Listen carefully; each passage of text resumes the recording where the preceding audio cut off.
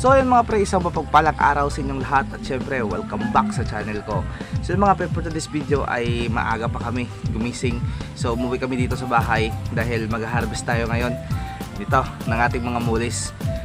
So yun mga pre, dahil palapit na yung summer kasi mga third week ng March ay wala ng tubig na flowing dito sa amin. So kailangan nating harvestin kahit medyo maliit pa yung iba. Kailangan natin itong harvestin para makliningan yung tank tsaka malagyan ng panibagong tubig. So tatagal na yan ng almost 2 months na walang supply ng tubig. So yung mga breeder natin tsaka yung mga isda natin ay safe na safe. So mga pre, samahan nyo kami, simulan natin in 5, 4, 3, 2, 1, let's go!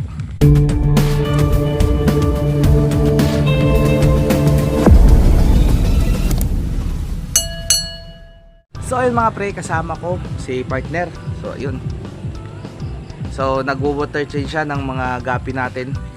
So kailangan natin itong i-water change lahat kasi pagdating ng summer pahirapan na yung tubig dito. Kaya kailangan nating malinisan lahat ng mga tank na to. So siguro mga April or May ay mga May or June, mga June siguro babalik na yung supply ng tubig natin. So ayun mga pre, nagde-drain tayo. Papakita. So ayun mga pre, nagde-drain tayo. So ginagamit ko yung AquaSpeed na 8000 ko. Ayun. So nagde-drain out tayo ng tubig.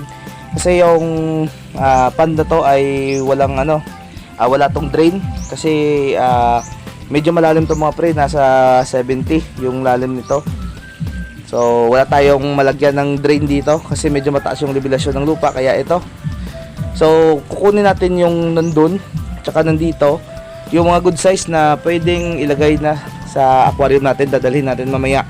Tsaka yung maliliit dito ko lang muna ilalagay. Kasi mga pre, yung tubig dito ay hindi pwede lagyan ng moly na hindi na stock, namamatay talaga. Iwan ko kung bakit. Pero anyway, alam ko naman kung paano puntuhan. So ito, lahat ng mga panda to mga pre, lilinisin natin to. So yung makaya lang ngayong araw. So habang nililinis ni partner yung mga reptab ng gapi natin. So mga pre, mamaya i-update ko kayo. So yung mga pre, halos madrain na yung pad natin. So konti pa. Sasagad natin to hanggang sa makaya ng submersible pump natin. Tsaka yan, mamaya may pagpipiestahan na naman ako. Ayan na naman siya, nakatago. So mamaya may kakalagyan ka sa akin. So ito mga pre, kumukuha ako ng tubig mamaya na paglalagyan ng mga hinarvest natin. At saka doon halos patapos na rin. Sandali, punta tayo doon.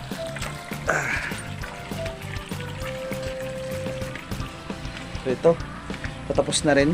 So maliliit pa to mga dito mga pre, pero gusto ko lang na kunin na lang yung net na to tsaka linisin totally. So yung mga maliliit mga pre dito ko ilalagay. So 2 linggo na to nandito yung tubig na to. So safe na to. So dito mga pre, konti lang to siguro, ma-harvest namin siguro nasa 100 plus lang. Pero gusto ko lang na bago mag-summer, yung tubig dito ay bago, tsaka malinis na yung tank.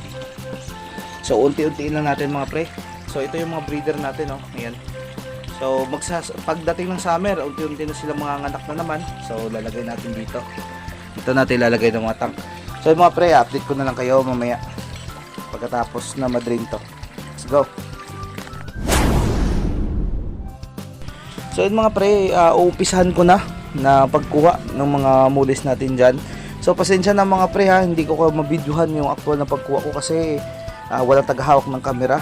Saka wala naman ditong mapaglagyan. Tingnan nyo, isang basa.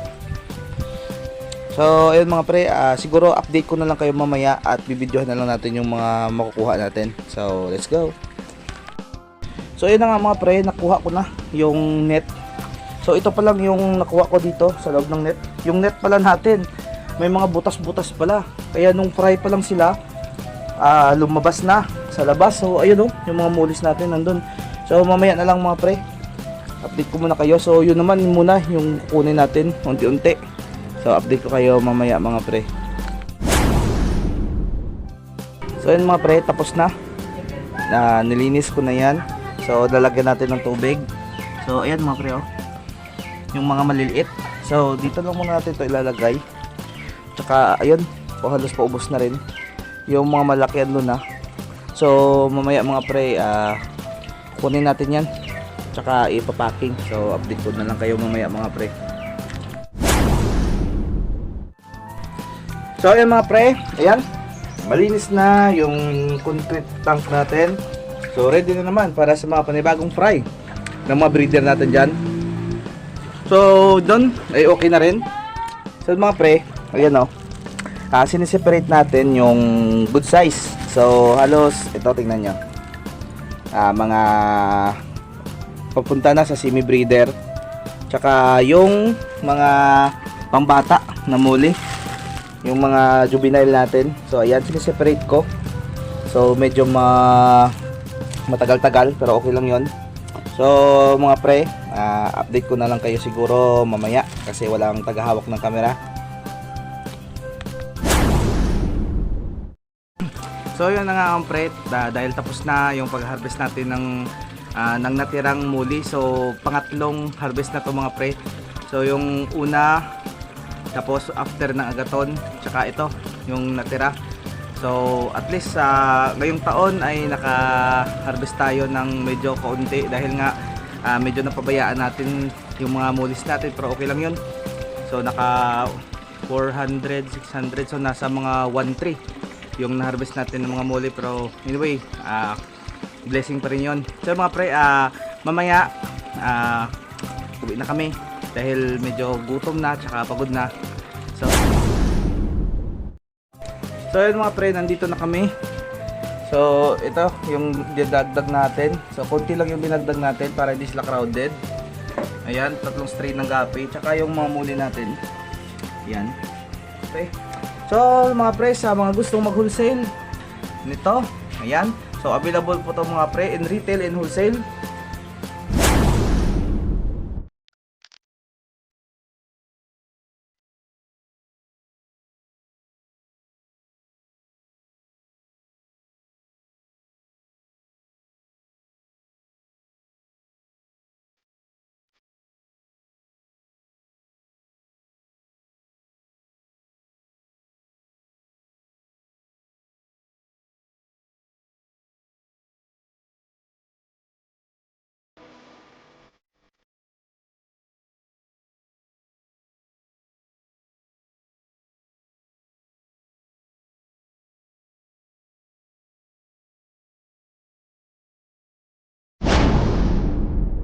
Dito may mga parrot tayo, meron tayong mga glow tetra, angelfish, ayan.